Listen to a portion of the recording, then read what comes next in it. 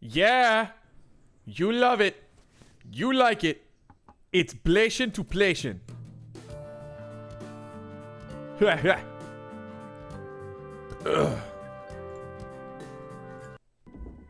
So we just had a really shitty night. Mom had to pick us up.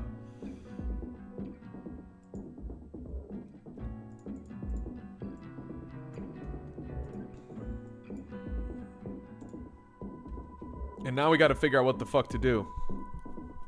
A book has been sitting on your nightstand for a while. This bedside table used to be somewhere else in your old house, and you're still not used to it. For the limited days you actually sleep here, it does its job of housing a lamp and storing your phone while it charges. The upside to Mom snooping is that she keeps this floor vacuumed, removing one depressing element, all the crap that would otherwise stick to your freshly showered feet from the overall gloomy equation of your bedroom. I like this song, bro. Your entire life thus far, in boxes.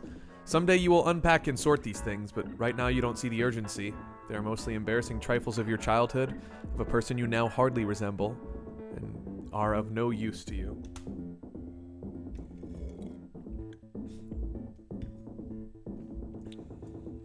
You bought this poster during a tour of SUCS with Daniel last summer.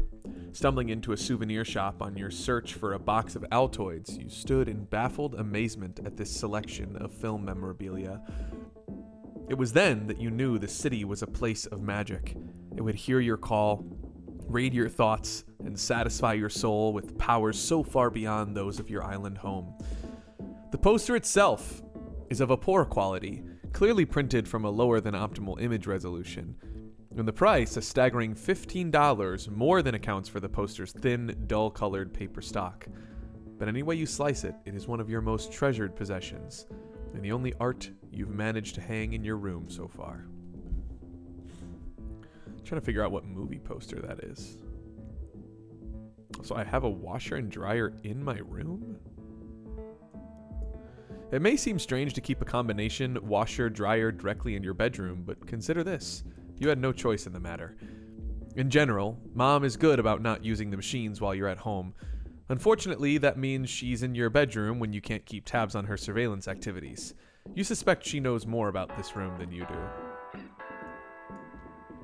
This heap is a repository for your, and much to your annoyance, anyone else in the apartment's dirty laundry. You've begged your mother not to toss her clothing and dirty dish rags in here, but she simply can't be convinced that a pile merits any sort of exclusivity. Anyone else in the apartments? Does anyone else live here other than me and Mom? Your father's guitar has not seen much use since you left Perfect Tides. You decided to mount it on your wall so it would at very least seem unpacked and part of the room. With each passing year, the likelihood that your guitar skills will propel you into previously unforeseen superstardom has faded. Now you simply imagine yourself as a respectable writer who, to everyone's surprise, can also play the shit out of a guitar. Hell yeah. Boop, boop, boop. Boop, boop, boop. Boop, boop, boop.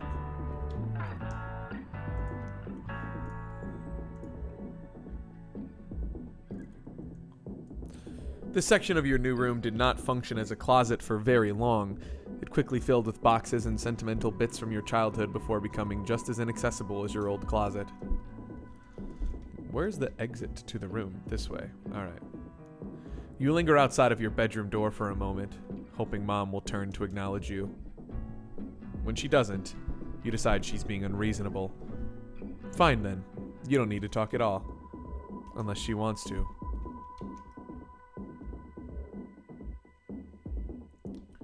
We have a bird. Sunshine the parrot appears to be in good health, though he has undeniably changed since his move from Perfect Tides. For one thing, in the absence of wildlife, his mimicry of the local bird population has become hollow. Sure, he'll still rattle off the familiar songs of warblers and thrush, but these calls are now peppered with train whistles, backup beeps from construction vehicles, and the voices of assholes yelling in the street. Asshole! Can I be honest? I don't understand why anyone in their right mind would own a bird. Anytime I hear that someone owns a bird, I think like, God, how miserable must that be to have a loud ass fucking bird chirping all day. Also, like, that bird ain't giving you any love. Let's be fucking real with each other here. You should probably talk to Mom before you get on the computer. Thanks to Mom, your computer's hardware has been upgraded in the years since the move. The trade-off is that it's now meant for both of you. You don't mind terribly having your computer in the common area. Your bedroom isn't exactly a comfortable place to sit. Besides, even as Mom's literacy grows, you've learned to safeguard your digital business in ways that she will never comprehend. When Mom first started unpacking here, she hung 2 photos. One of her wedding to your father, and one of you and Timothy hugging as children. She hasn't hung anything else since. Oh, I didn't realize that I maybe have a sibling? And also, where's Dad, if I have a dad? You're struck by the gloom of these frozen moments, both suggesting the premise of a family that has since been shattered. Is this the past where Mom wishes to live? Or is this presentation a denial that anything has been lost? Mom regularly says she can't feel the presence of Mom regularly says she can feel the presence of your father, his guiding hand when she is in need. As you've grown, you've come to accept that she is being earnest in this claim. But logically, you cannot accept what she is describing. Cognitive bias can account for much of what we see, especially when the world is unjust and we are bereft of answers. You simply find it distasteful and ultimately self-destructive to believe anything but the truth. Your father, like the past itself, is gone and out of reach. These are merely pictures on a wall. You must live in the present. So something happened to Father, but what about Timothy? Who's Timothy? This door leads to your mother's bedroom. You've rarely been inside, and the sight of it sparks minimal interest. This table used to stand freely in the back of the room, awkwardly close to the bathroom and your bedroom door, furnished with every available chair. But since it's mostly just you and Mom, and often not even that, you finally convinced her to prop it here against the couch. You've assured Mom that in the event of a large dinner, the kind she would host when Dad was alive, Timothy was home, and the grandparents could travel, it will be easy enough to move the table and accommodate everyone. So far, this has not happened. Mom's china cabinet always was and still remains none of your business. Yeah, my mom has a china cabinet as well. This is the apartment where you technically live. It is your third home after a childhood spent in a house on the island of perfect tides, followed by a brief sojourn? I think that's how you pronounce that. Brief sojourn at a similar but more roach-friendly apartment complex. Your older brother Timothy left after the second move, scaling Mom's needs back to a simple 2-bedroom unit. West Belta doesn't offer much in the way of culture, beauty, or even everyday convenience, but Grandma lives close by, and your apartment is situated just steps from the train station. This means a direct route into the city, one of the main perks of living here. It is rare that you ever venture back east to the neighborhood where you attended school. With Daniel living in the city, and your childhood friend Lily studying upstate, you have almost no remaining connection to that place. The thought of returning fills you with despair. So talking about high school, like West Belta.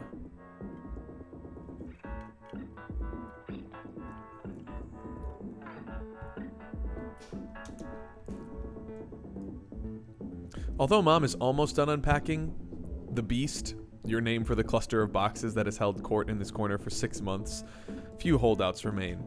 They're mostly sentimental things that don't belong anywhere. Or rather, they belong in a museum, if any museum collected relics of great significance to your small, unremarkable family and no one else. Sorry, I just need to read everything. Besides one area of discoloration in the upper right corner, the TV set has not changed since your days on Perfect Tides. You're both frustrated and astonished at your mother's success in raising 2 children to adulthood with a single ancient TV set, never springing for one of those picture-in-picture models, which would have allowed one sibling to enjoy the content of their show at full size with limited visibility, while the other sibling watched a tiny version of their show in the corner of the screen with no sound. I remember when I was a kid, the Vizio TV, like kind of like flat screen TV, the first flat screen TV that my family had. Like it had this picture-in-picture capability, but like I could never figure out how to use it. Like the picture-in-picture at the bottom would just be like no signal. So interesting that that's like a thing. I was so obsessed with it though. Like I wanted to like be able to play like Super Mario Bros on this like knockoff fucking Super Nintendo thing, while my dad would like watch baseball, but never worked. You still think this would have saved you and Timothy a lot of grief. Sure, he would have made you watch the tiny no sound version every time, but at least you'd have found comfort in his own diminished experience. A massive missed opportunity in the realm of sibling fairness. The TV's entertainment center has not been updated much in the past few years. Timothy added a PlayStation 2 to the mix a while back, but he took it with him when he left home. It simply hasn't been a priority for you or Mom to change any of this. It's odd to have such newfound access to the media you once coveted when you have only a fraction of interest or time to play. There's nothing new to report about the armchair except that Mom did some cat sitting for 1 week last December and the damage remains. The old reliable sofa, once host to an endless territorial struggle between you and your brother, is now yours to command. You can sit here in whatever obnoxious arrangement you want, and often do.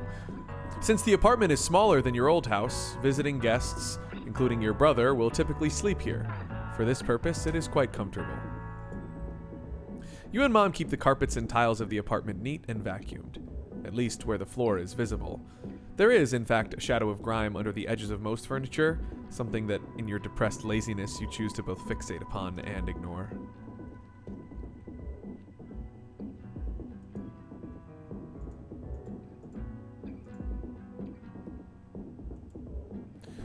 This old workhorse has filled many a cup.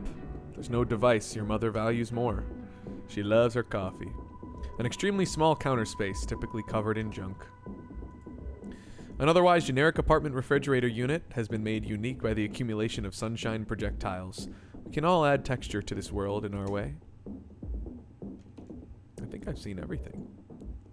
You don't need to use the I need to go to the bathroom. From here you can see the train station parking lot and the station entrance. Next to that is the station deli, the one convenience store in West Beltaw that can be walked to without crossing a major road. That's right, I'm in West Beltaw right now. I'm not in Perfect Tides. For some reason I thought I was in Perfect Tides. I'm in West Beltaw where we moved after I grew up in Perfect Tides. Duh.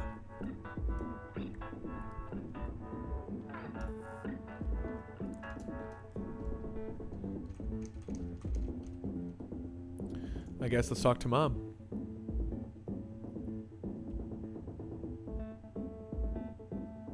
Oh. Hi, dear. I didn't hear you come out. Sure, Mom. Whatever.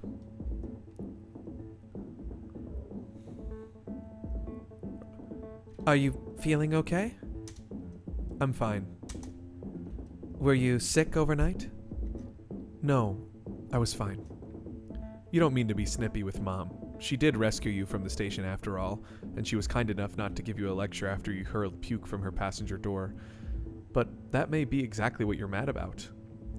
Through her concern, she manages to dance around what you both know to be true, that you've badly disappointed her with your behavior.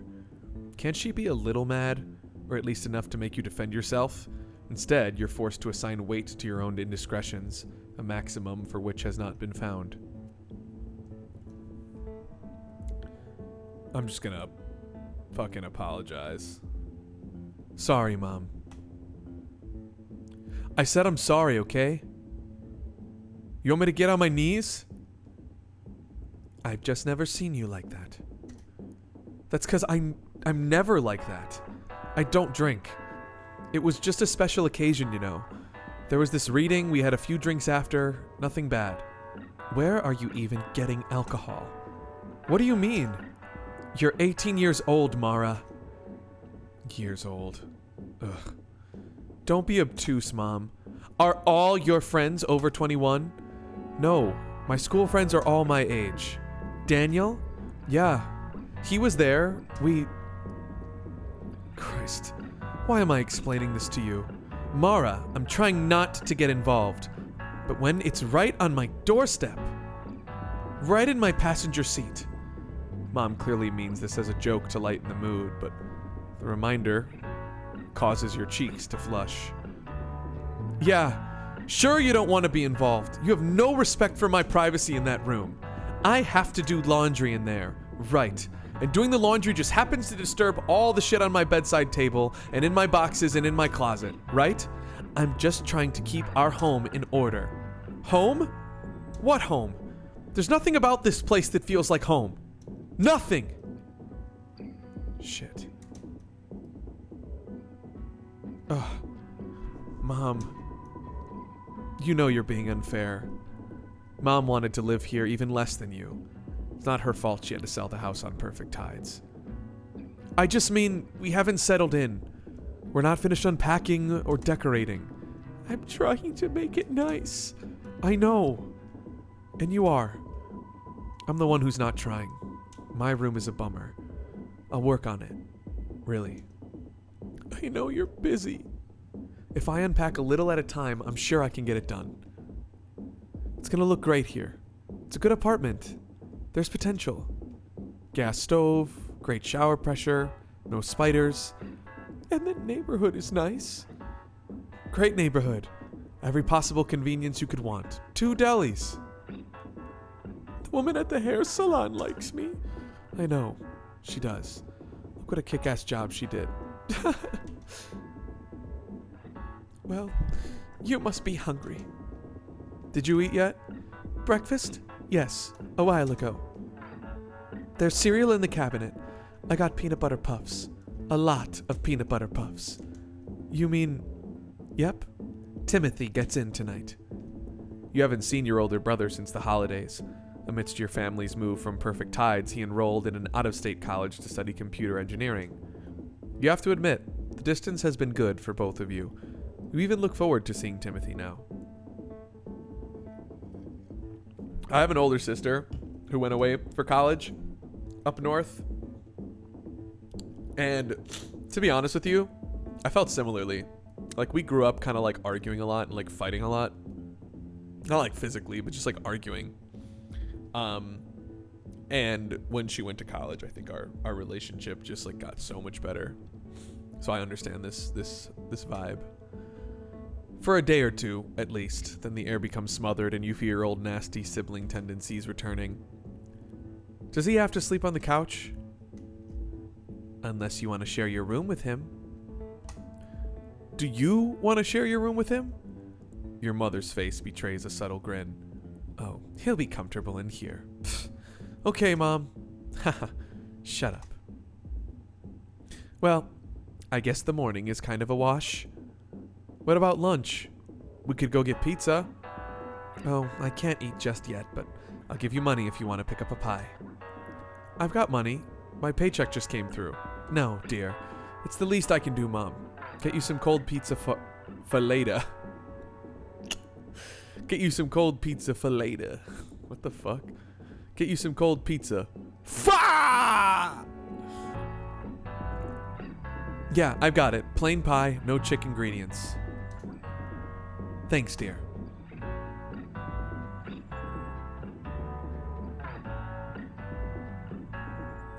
Huh. At least I barfed outside the car, right? Let's not talk about that, please.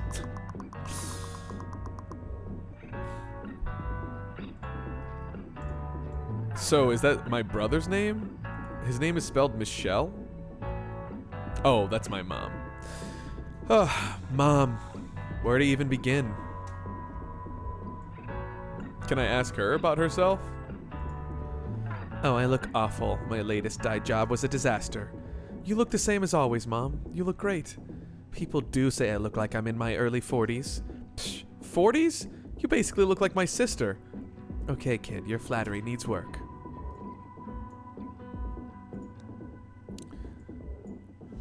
Following several heated arguments, you and Mom have come to a shared understanding that it's best not to discuss Adam.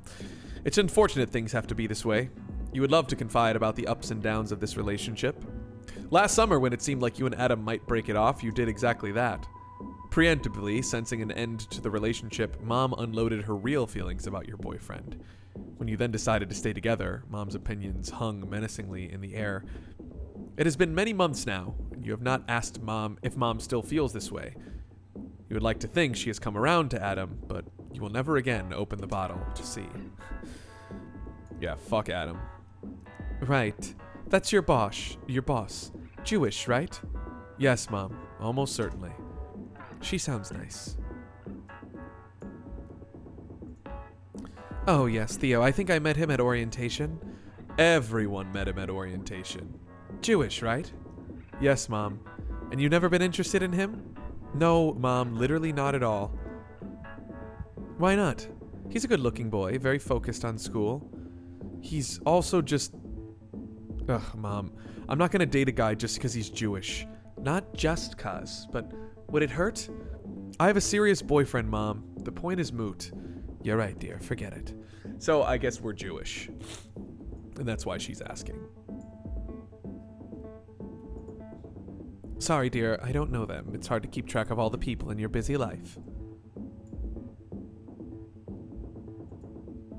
Who's that? The author I really like. I got to meet him last night. At this drinking event? Damn it. At a reading, Mom. The drinking was incidental.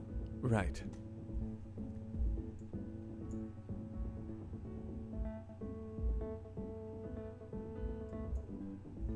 I'm seeing Lily tonight. Oh, so it's tonight. Sorry, guys. I have a fucking booger in my nose. It's like itching my shit. Ugh. Fucking A.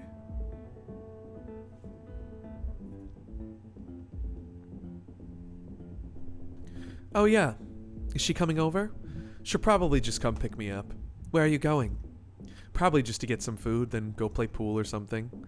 Mom, I'm not gonna get drunk again. Just let me live my life. I didn't say a thing.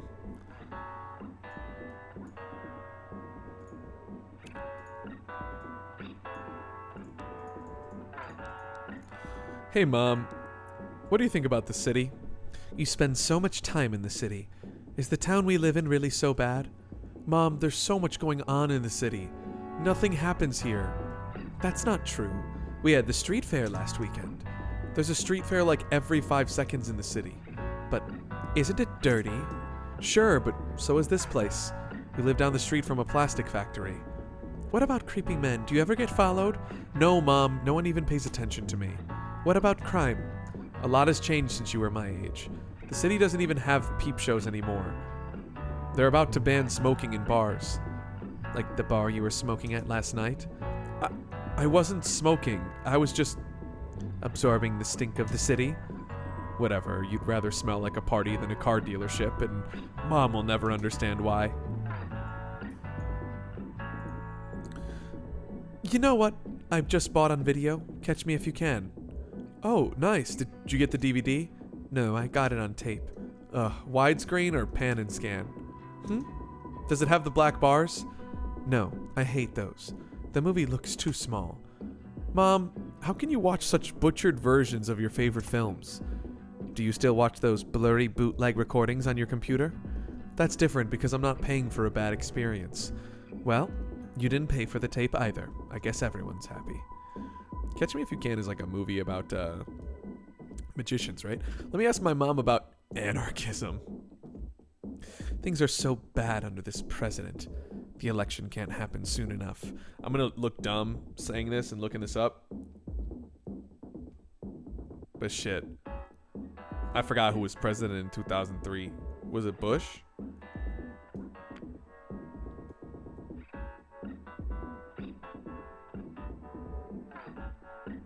I think it was George W.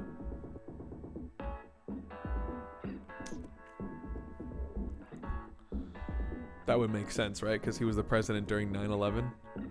Yeah. Man, he was president until 2009? Shit. Yeah, it was Obama was after him.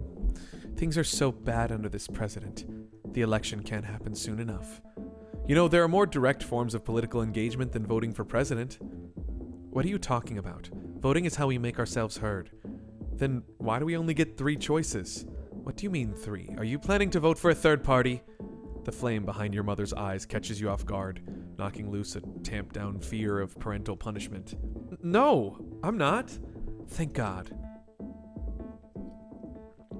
I won't vote at all. Mara! How dispiriting.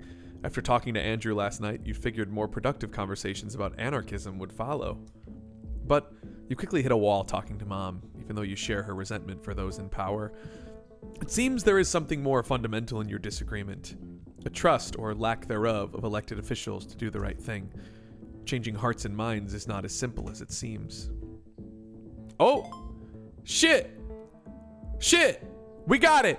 We got new Where are we at? Freaking, how do I see that again? Can I see my shit? So we got on anarchism, we got a new fucking shape. So we're at 2 in anarchism now. Music's at a 1. Sex is at a 1. Drugs is at a 0. Still not understanding shit about drugs.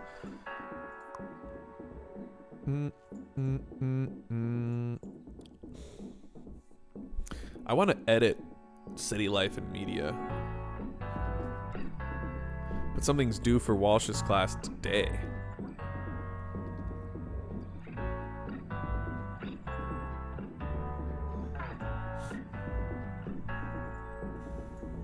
Let's ask my mom about music. I hope you don't mind. I was reading your latest Music Superhighway magazine. What? For real? It had that cover with Yoko Ono, so I was intrigued. Haha, of course. The Radiohead interview is good, too. I like that album of theirs. Which one?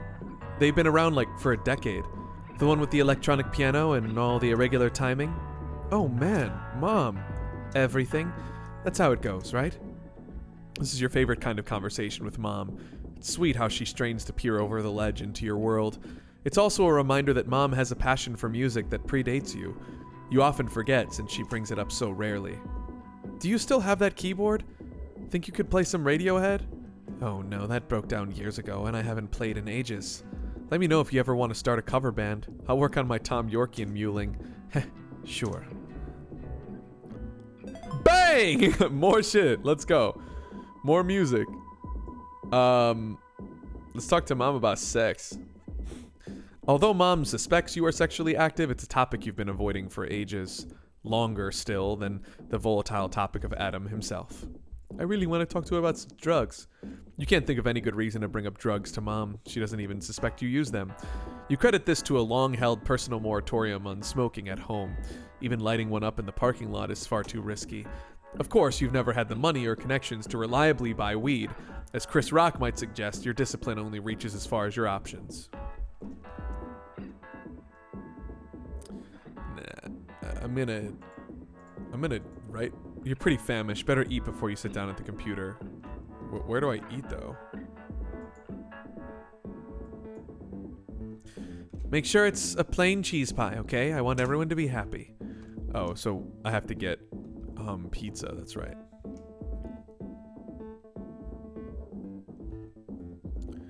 Am I getting pizza from this guy?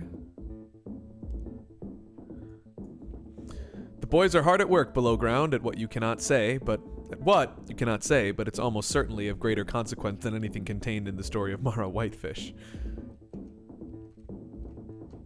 Whoa, I'm fucking sprinting across the street and back. Mom's apartment is one of many attached rental units on the block. They're all managed by a single company whose offices are about 40 miles east. You only discovered this fact after a rent check bounced. You and Mom found yourselves on a panicked road trick to deliver the payment by hand an hour before the company's no exceptions grace period expired. The person who received your check was polite, but indifferent. She didn't seem aware how close you were to being evicted. She merely wished you and your sweat-drenched mother a good rest of your day. Anyway, utilities and gas are included, which Mom thinks is a pretty good deal.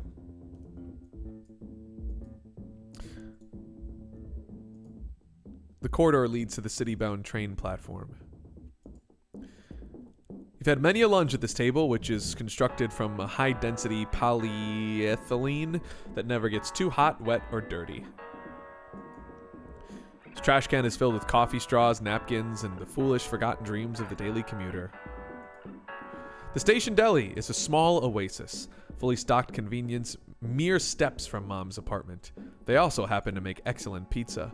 Suffice to say, your days of bashfully lingering at checkout counters are over. You eat something from here almost every day. West Beltos sprawls in every direction from here. Fortunately, so do some of the busiest state roads in the region.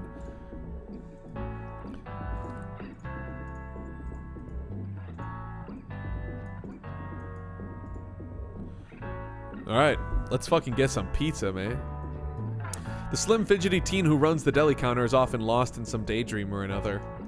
Since you only visit him to fulfill basic needs, his absent-minded state can be maddening, but in truth, he's exactly where you'd like to be. Look at this fucker.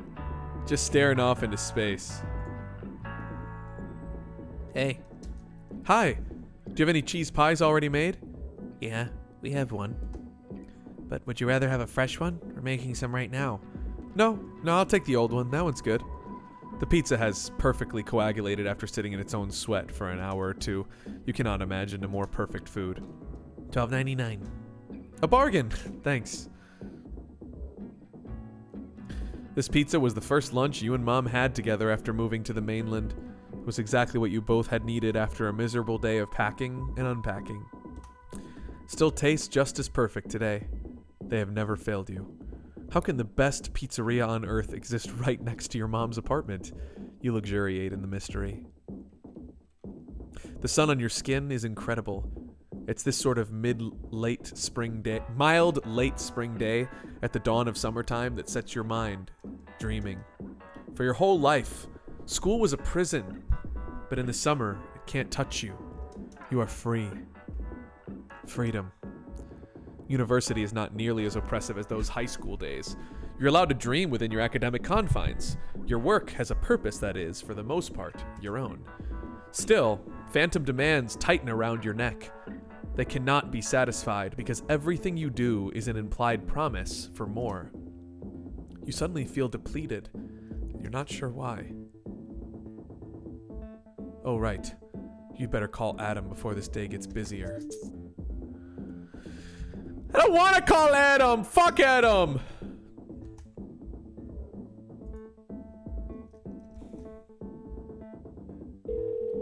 Whatever. Hello? I'm really proud of my voice for Adam. I'm just gonna say.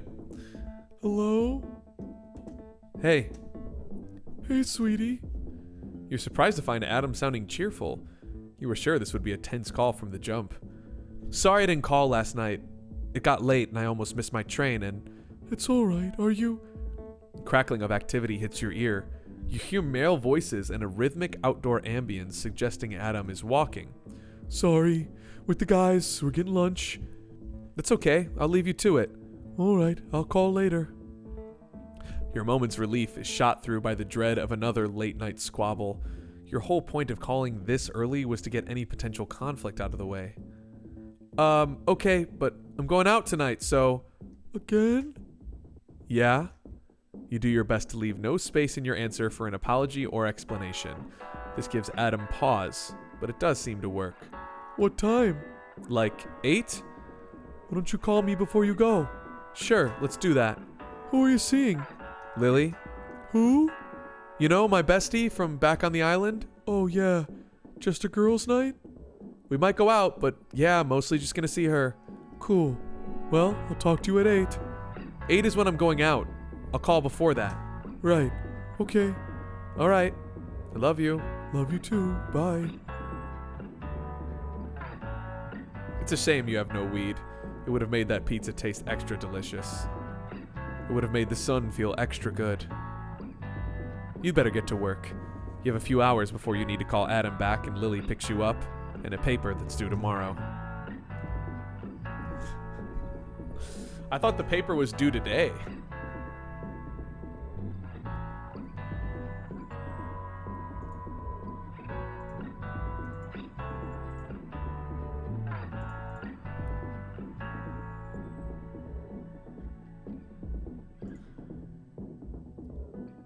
I kind of want to read John Klein's book.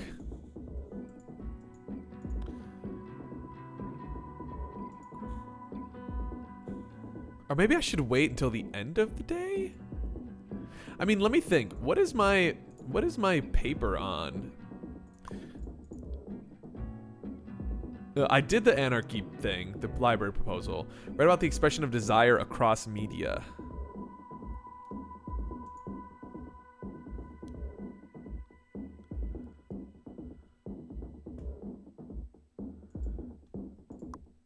So, I mean, is there anything I could read that would... I don't really want to read Daniel's book. I mean, it's a humorous memoir. Let's just chill on that for now, and I mean, we'll read later.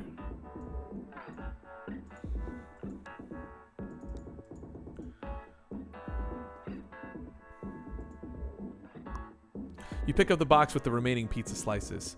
The heat just above room temperature makes contact with your arms and chest, delighting the senses. I need to give this back to Mom, right?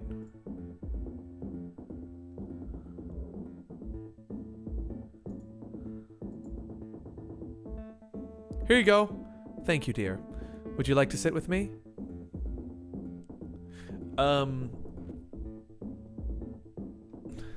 Sure. Although your schoolwork is gnawing at you, you figure you owe Mom a few minutes of your time. Besides, you plan to spend the rest of the evening with Lily.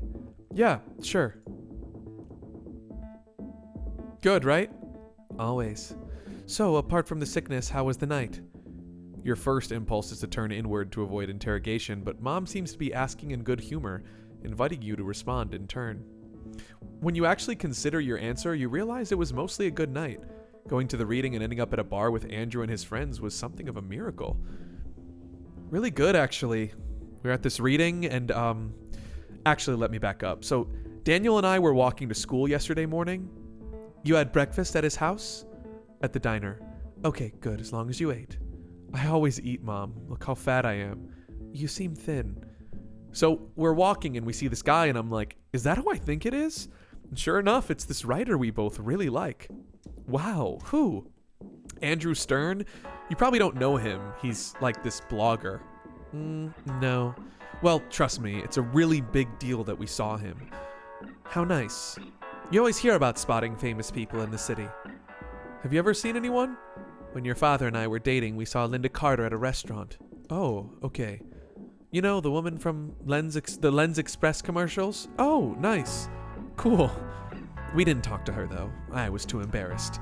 I was too embarrassed to talk to Andrew either. Is that something people say? I was too embarrassed to talk to Andrew either. I mean, two? Do people say either? People say me neither. Weird. I was too embarrassed to talk to Andrew either, but Daniel has no such restraint, as you know. He isn't shy. So he shouted out to Andrew, who turned around, and we introduced ourselves, and he was really nice. Aw. And he invited us to the reading, so that's how we got there. And that's where you... Never mind. The reading was good? Yeah, it was awesome, and Andrew said I could write something for the next reading. Which I'm definitely gonna do. You have time for that, on top of your school and work? I'll make time, Mom. It's a really good opportunity. Okay, as long as it doesn't get in the way of your obligations. Mom, this is literally the kind of thing I want to be doing with my life. I know, dear. What am I more obliged to be doing than this? You're right. Grandma sends her love. How's her leg? Better. When you're as old as her, it takes a long time to heal. Let me know next time you're going. I want to visit. I will, dear. That would make her happy. One of the few perks of living on the mainland has been your newfound proximity to your maternal grandmother. She lives alone in an attached row house just one train stop away. Until recently, when she started falling more, this was a wonderful arrangement for all. Now every visit to Grandma's is tempered with the pain of her decline and the tension of exchanges between her and your mother. Grandma does not want to lose her freedom, even as it increasingly puts her life in danger.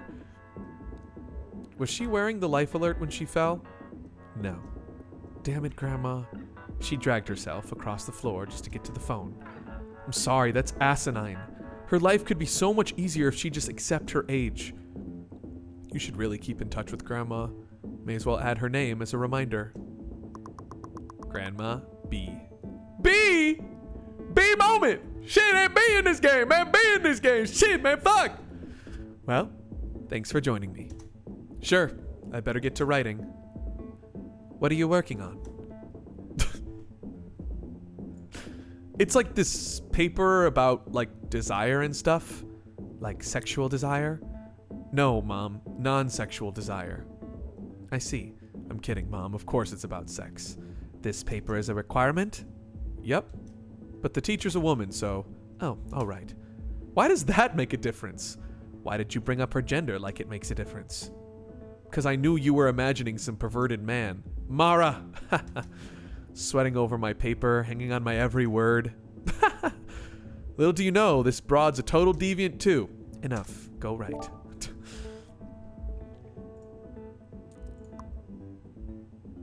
Can I write here?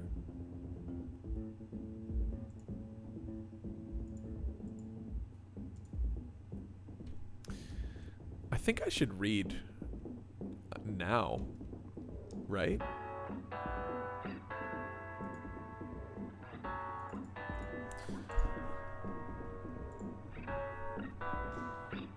Oh, I love how this desk is different. Obviously, it's going to be different than the library one, right? She's got the Internet Explorer. Hold on. I'm gonna write in a second. I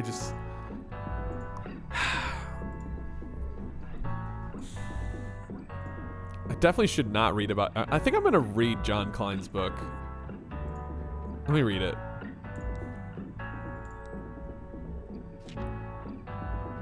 Admittedly, you feel a pinching sense of obligation to read John's book, one which generally dissuades you from getting started.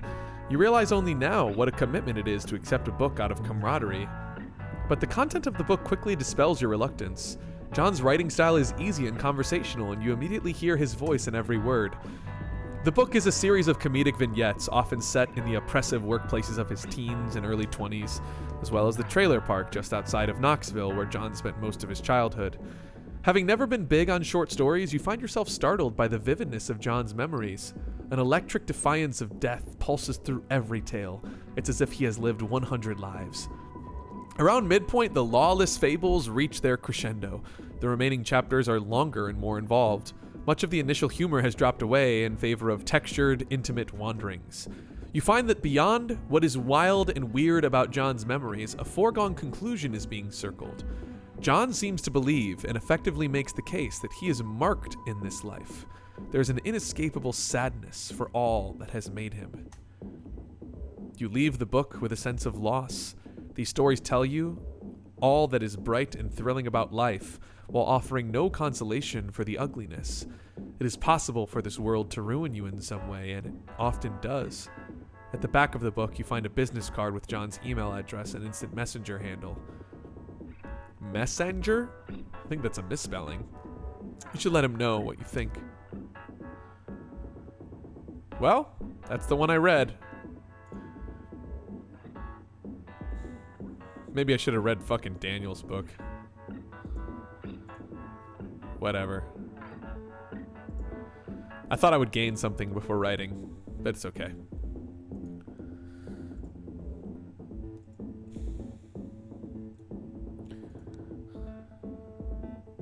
Oh, hold on.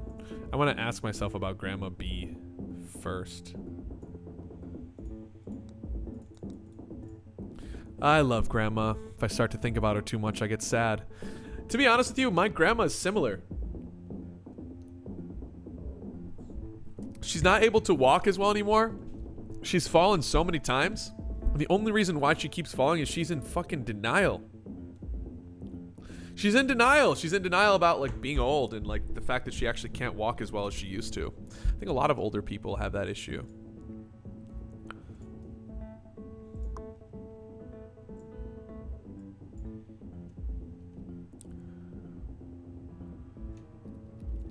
I'm sorry, I need to check the due dates of this shit one more time.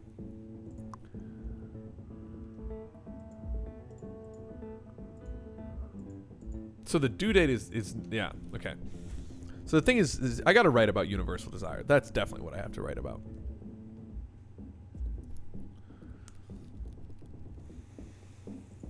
Is there anything I could look up right now? You decide to kill a few minutes on Terrible Talk, a website that is capable of sucking up entire days of your waking life in the blink of an eye. The website's front page consists of comedic and acerbic articles by the website's founder. These pieces poke fun at internet culture and its many actors, often skewering content and users from the TT community. But TT's primary draw is its massive internet forum, carefully divided into sub-forums by topic and heavily moderated to filter out newbies, trolls, and generally unserious posters. Even, or especially though your day is brimming with obligations, you're tempted to get in a word edgewise on Fuck Your Music, your regular sub-forum of choice. Yeah, let's read it. You quickly find a thread that since yesterday has amassed over 200 replies. Here, a poster with a 2003 registration date has made a total fool of himself relating the dissolution of a 3-year relationship. It would take at least an hour to read everything here, so you skim through the original story and gather just enough information to form your opinion. But it is not yet time to post. Since yesterday, the guidelines for this particular TT subforum have been updated. The mods assure you it is very important to read them all before posting. Any violation of these rules could result in a days-long probation or an all-out ban. After reading through the new rules twice, you realize your planned reply is in violation of at least 2 of them. Well, that's probably for the best. You can do better than that. You decide to read some of the other replies while you assemble your thoughts into a more appropriate comeback. This decision leads indirectly to a deep dive of another user's posting history. You spend a great deal of time here before remembering the topic at hand. To your dismay, there's almost no time left to actually post anything. You do your best to jam out something both clever and incendiary before you need to leave. When the result is satisfactory, you hit post. You reread your reply. Maybe you shouldn't have said all this. You eat up a little more time refreshing the thread, hoping your retort will be acknowledged and rewarded. After an agonizing few minutes, 2 new replies appear, but neither makes reference to your post. It's time to go now. You have to take this feeling into the night. It's funny.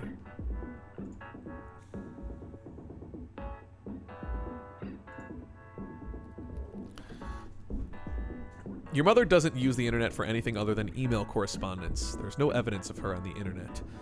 What about John Klein? John Klein's website is the first result above a predictable number of interviews and blog posts highlighting his work. You navigate to the website. The layout is noticeably without frills, leading you to believe John has coded it himself, and giving you brief fond feelings of a simpler time online. The content of the website is also funny and self-deprecating. You can't help but admire what John has assembled with just his wits and a little code. It makes you feel as if you too could engineer a portal into your work. Hell yeah. What about Grandma B? Can I look her up? To your great surprise, your grandmother has no presence on the internet at all. Yeah, no shit. I already looked up all these things. Did I look up Lily Peters? I think so. Maybe I didn't. Yeah, I did.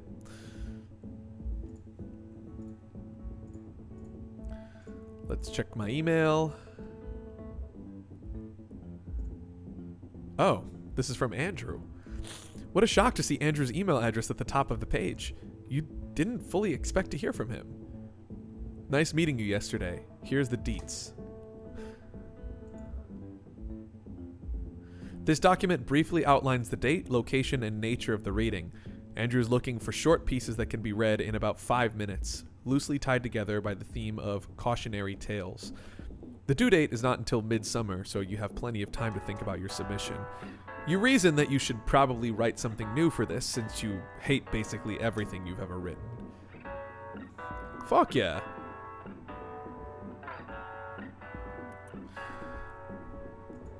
Oh, Jonna at Sucks.edu. Hey, this is interesting. I'll keep your suggestions in mind. It's from your boss, Jonna. Okay, well, she didn't totally hate your proposal. You did a decent job committing to this idea after all. Maybe she's just humoring you, or maybe it'll actually lead to something. Either way, it seems you haven't let Jonna down.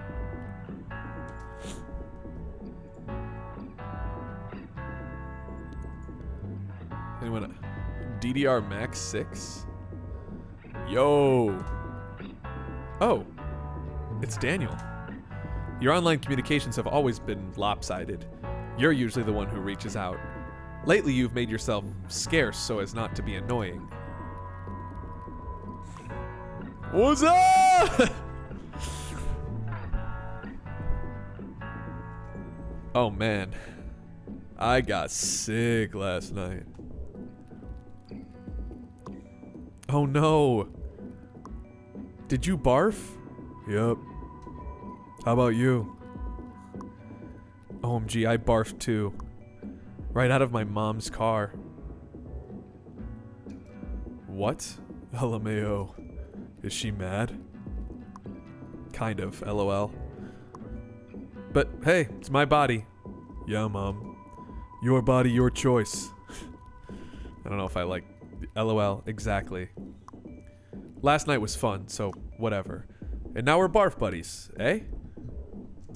Yeah, it's a sacred bonding ritual. Like pissing in the same spot. Daniel has a fucking weird way of expressing himself. Ew. Really making it foam. God damn. Ew. Gross, dude. So I can't quite remember. You wanted me to read this book? Oh. Only if you want. I didn't actually get a chance to read it myself. It just seemed like something you'd be into, so... Got it. Yeah, I don't know. I flipped through, but seemed kind of boring. The heat rushes to your face.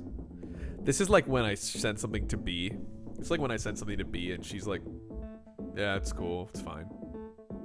Like, why'd I even fucking send it to you in the fucking first place? Fuck me, shit, man. Fuck me, fuck me, fuck me. Fuck me, silly. It probably was a mistake to give him that book. You had no clue if he'd actually like it. Oh, don't worry about it. It's probably not worth reading. Sorry, LOL. Was it the author? You're starting to wonder if Daniel takes women writers seriously. Evidence is mounting that he does not. What does he really think of you then? NBD. Anyway, glad you got home okay, pal. Let's never fucking drink again. Seriously, I have no urge to do so. The fact that he like is saying in jest, my body, my choice, dude, Daniel. Daniel is misogynistic. Daniel. Fuck him. Seriously, I have no urge to do so. Dana's calling. Later. Ah, bye. Daniel signs off. That was quick. There's no one else you'd like to talk to right now. You'd hope to talk to John Klein about his book, but since he's offline, you'll have to do it another time. Let's write this shit, baby. What? I don't have time to write anything right now? What? I have to write my paper! No! Was it because I was scrolling? No! I need to write my paper! It's due today and shit! Fuck! Wait! No! God damn it. Wow, this day just melted away. The sun is already setting. Lily will be downstairs any minute to pick you up. You'd better get going. No! I needed to write my shit! Fuck.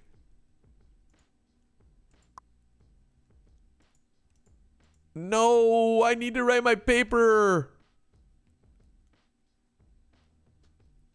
I'm dumb. I'm fucking dumb. I actually feel like dread. Like I've in my life, like, because I'm a school fiend. I love school.